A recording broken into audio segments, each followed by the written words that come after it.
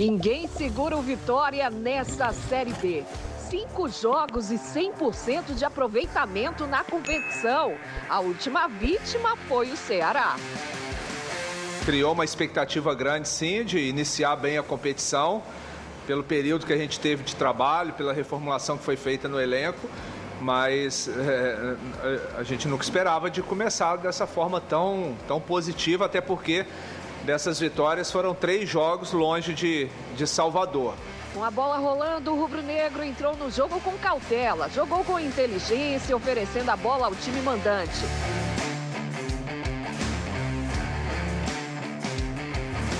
Veio o segundo tempo e o gol estava próximo. O Leão voltou com tudo. Zé Hugo partiu pela esquerda e nem precisou chutar tão forte para abrir o placar para o rubro-negro. O goleirão cearense aceitou. Não demorou muito e o segundo gol do Vitória saiu aos 16 minutos, de um jeito que o torcedor já está se acostumando. Osvaldo cobrou falta na área e Wagner Leonardo subiu sozinho para fazer de cabeça. 2-0 Vitória. O Ceará até tentou. Aos 29, Jean Carlos arriscou da entrada da área e a bola passou com perigo à direita do gol defendido por Lucas Arcanjo. Diego Fumaça quase marcou o terceiro do rubro-negro aos 34 minutos. O camisa 15 chutou de muito longe e Richard teve dificuldades para defender. O Ceará ainda arriscou aos 41. O zagueiro Thiago subiu bem de cabeça e obrigou o Lucas Arcanjo a fazer boa defesa.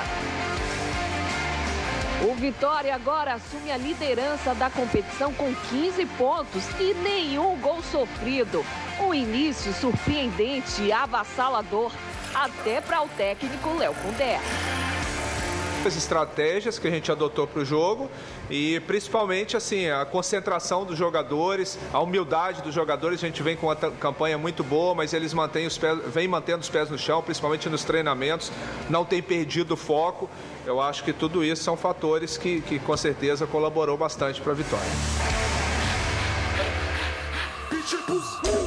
A gente estava na resenha aqui durante o VT, né? Porque, vou te dizer, amigo, o primeiro gol, o goleirão aceitou, né? Mas mérito do Zé Hugo, que arriscou, pegou ele desprevenido, né? O segundo gol já uma jogada mais trabalhada. A gente está vendo aí imagens da partida. E o que fica é o resultado. 2-0 em cima do atual campeão do Nordeste. O Vitória que não passou sequer da primeira fase da Copa do Nordeste, mas chegou lá e deu seu recado. O interessante é que antes do gol, o próprio Richard tinha feito uma defesa muito difícil num chutaço do Osvaldo. Né? Mas isso acontece com os melhores goleiros, ele é um bom goleiro, sim, estava numa noite ruim, óbvio. É herói da final, né? Exatamente, mas o Vitória não tem nada com isso. O Vitória foi para lá para fazer seu jogo da forma correta, na minha opinião. O primeiro tempo não tiveram muitas chances de gols, né? E cozinhou o Ceará e conseguiu... Soube dar a bola pro Ceará. Soube deixar o Ceará jogar, achar que a vida estava bela. E jogou com inteligência e fez o gol na hora certa. O segundo gol, o Baraté falou aqui, vou repetir o que ele disse, realmente foi, o Ceará já estava nocauteado, os jogadores já estavam cabisbaixos e o Vitória conseguiu segurar esse resultado positivo, que eu acho que é fruto de um trabalho muito bom do Léo Condé, da sua equipe de comissão técnica. A gente tem que ressaltar que o Vitória hoje corre os 90 minutos, todos os jogadores de uma forma homogênea, que é isso que a gente pede de um esporte coletivo. E a gente entende que até jogadores mais velhos, Ju, como o próprio Osvaldo, 36 anos, está correndo o jogo todo. O jogo inteiro. Uma hora, claro, ele vai ter que cansar e o Vitória está tendo essa solução de continuidade quando tem a substituição, Bará e Jota, que sai um jogador entre o outro, o time melhora, o time mantém o padrão. No passado era diferente. Quando tinha que se fazer substituição, o time perdia muito. Né? Agora não, todo mundo está jogando no mesmo diapasão. Não lembro agora o treinador que disse que o ataque ganha jogo e a defesa ganha campeonato. Ganha campeonato. Perfeito. Alguém vai mandar pra gente aí o treinador que disse isso. E o grande detalhe é justamente esse, né? O grande detalhe é justamente esse. A defesa está garantindo vitória. Primeiro, o sistema como um todo não está permitindo ao adversário ter grandes oportunidades ou oportunidades tão claras. Contra o Botafogo até teve aquela do Salatiel. Contra o Ceará não vimos isso. Então o sistema está se ajustando. E ofensivamente, o Vitória vem fazendo a diferença. Porque tem marcado os gols que não marcava. Isso é fruto de quê? De ter elenco. Quando você tem peças de reposição que fazem com que os titulares, para ser titulares, se esforcem 2 vezes mais, você eleva o nível do elenco como um todo, Ed e Jota. Verdade. Você faz com que o titular não descanse na sombra do seu nome e tenha que trabalhar dobrado para ser e manter-se titular. Ou por acaso tem algum titular que vai descansar na titularidade? Não vai, porque sabe que o cara que está no banco tem condições de estar no lugar dele.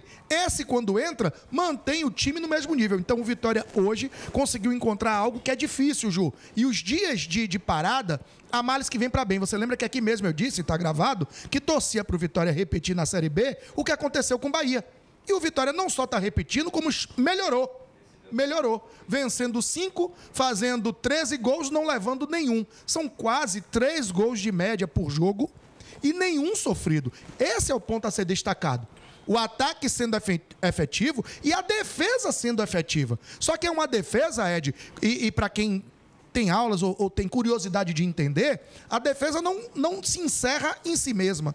A defesa começa justamente quando a marcação já vem atrapalhando a construção desde lá da frente. Verdade. Então hoje o Vitória tem pernas, tem preparo físico para atrapalhar o adversário, não dar a ele a paz necessária para construir jogadas com tranquilidade, com liberdade, frente frouxa da área, laterais mortas porque não aguenta acompanhar, ataque disperso, não. Hoje o preparo físico faz com que aquilo que o atleta pensa, ele possa refletir em ação. Então os parabéns têm que ser dados sim, e o Léo Condé tem que receber esses parabéns assim como todo o elenco. A nota destoante para mim, que ontem eu botei tela dividida, né?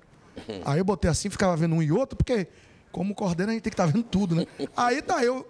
A nota destoante do jogo de ontem foi a participação da arbitragem. O Carioca foi muito mal. O Ceará tinha que ter pelo menos 2 jogadores expulsos. O cara pisa de propósito, finge que é sem querer, mas pisa o jogador do Vitória e deveria receber o vermelho e não o amarelo.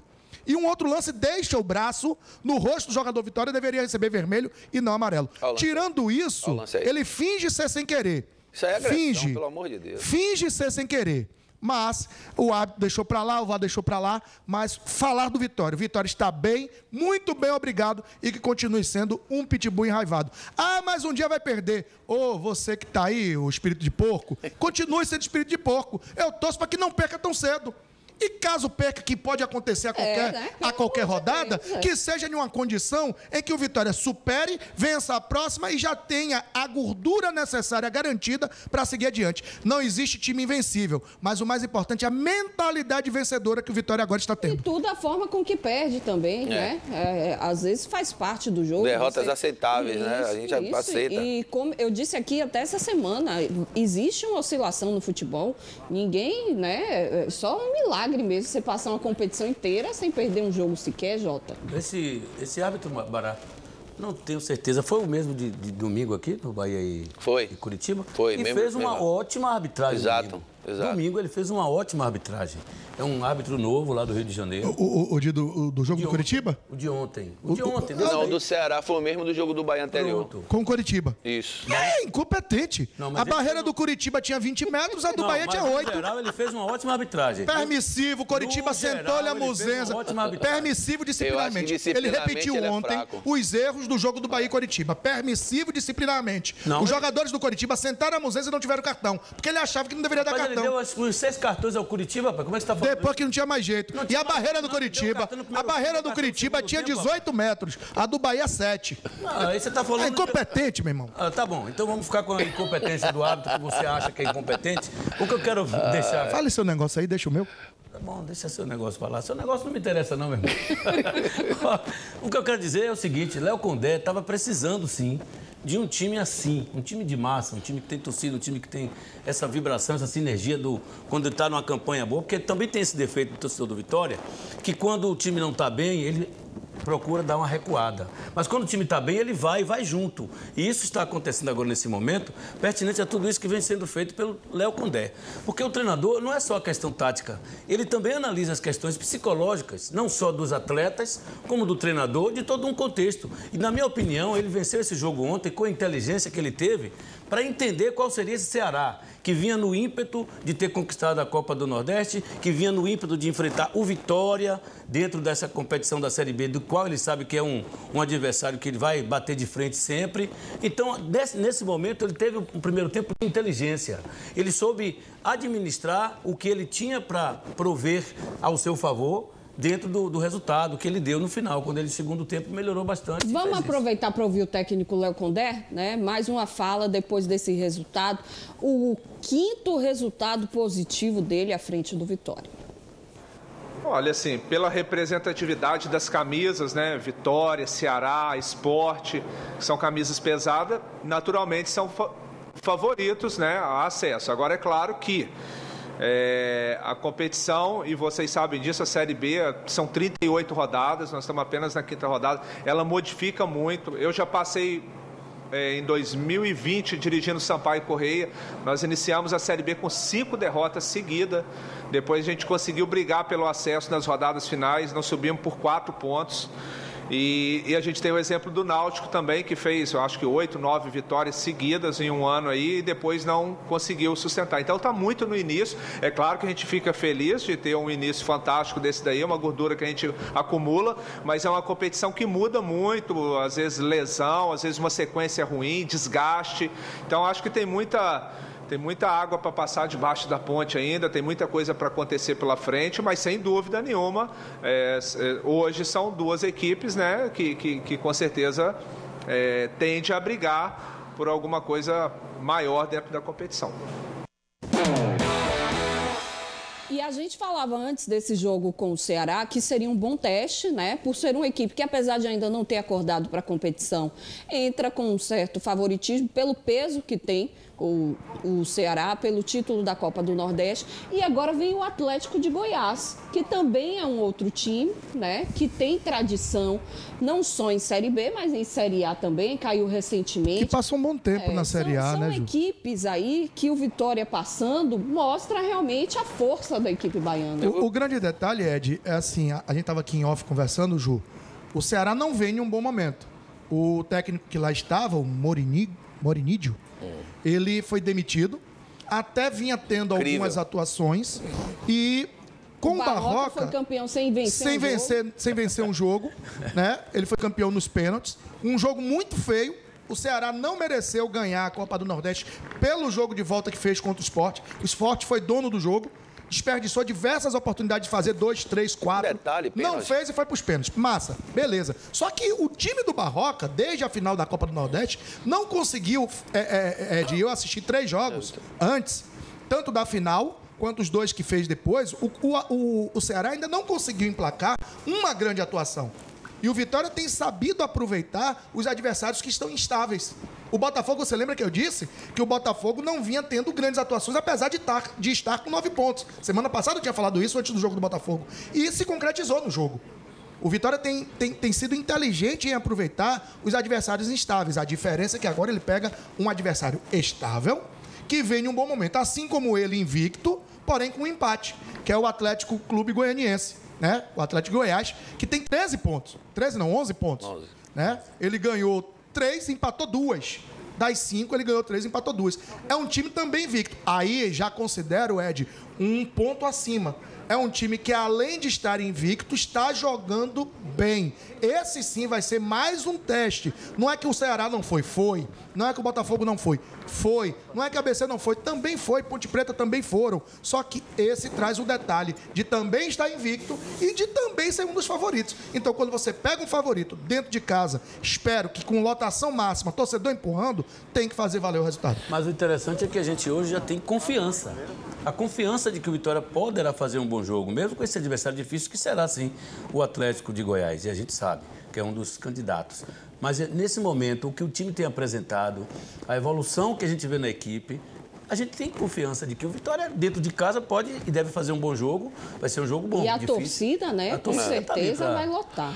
Eu vou me ater a só uma palavra do Léo Condé ali. Eu acho que tanto o Jota quanto o Bará já falaram basicamente todo esse comportamento que o Vitória está tendo, né? Mas eu acho que Léo Condé foi muito feliz quando ele disse ali que o time precisa manter os pés no chão, porque citou o exemplo, né, do próprio Náutico numa competição passada da Série B, onde ele obteve várias vitórias consecutivas e depois deu uma caída. Então, assim, ele disse que tem que manter os pés no chão. Regularidade é muito importante para você disputar um campeonato de pontos corridos.